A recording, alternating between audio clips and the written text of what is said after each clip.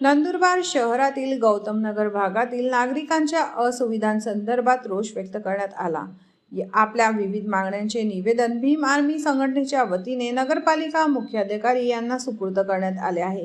गौतमनगर परिसरात नागरिकांना पिण्याच्या पाण्याच्या समस्या, सांडपाण्याची समस्या तसेच रमाई आवास योजनेचा निधी उपलब्ध होत नसल्याने अनेक अडचणींचा सामना करावा लागत आहे।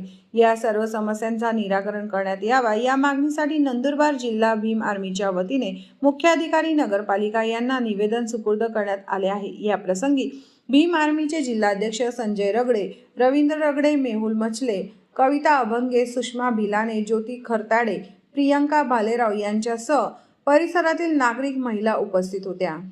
माझं नाव इशिता शिंद्रेकर। मुख्य अधिकाऱ्यांना आम्ही कंप्लेंट द्यायला आलो होतो की आमच्या इथे पाण्याचं प्रॉब्लेम आहे खूप सगळा आणि लवकर पाणी पण येत नाही आमच्या इथे आणि पूर्ण गटर वगैरे पण व्यवस्थित केले नाही आहेत। गटर पण असेच मोकळे सोडल्यात त्यांनी आणि त्यांनी लवकरात लवकर म्हणजे व्यवस्थित करावी आणि त्यांनी बोरिंग सुधारणा करावी आणि त्यांची पाण्याचा जो प्रॉब्लेम आहे तो पण लवकरात लवकर करावा हीच आमची त्यांच्याकडून रिक्वेस्ट आहे।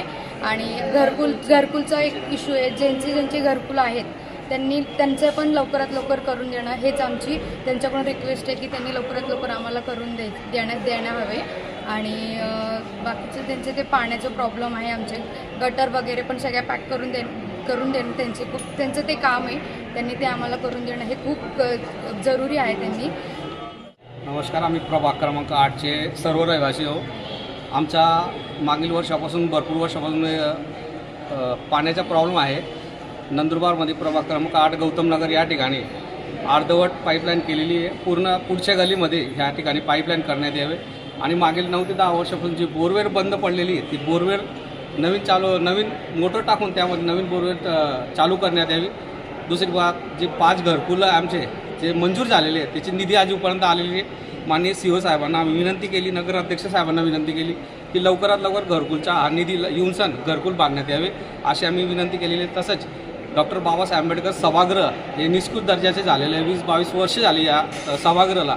हे सभागृह तोडून संपूर्ण 3 मजली बांधून देण्यात यावे अशी विविध मागण्या घेऊन रहिवासी आम्ही या ठिकाणी आलेलो आहे आणि नगराध्यक्ष साहेबांना विनंती केली।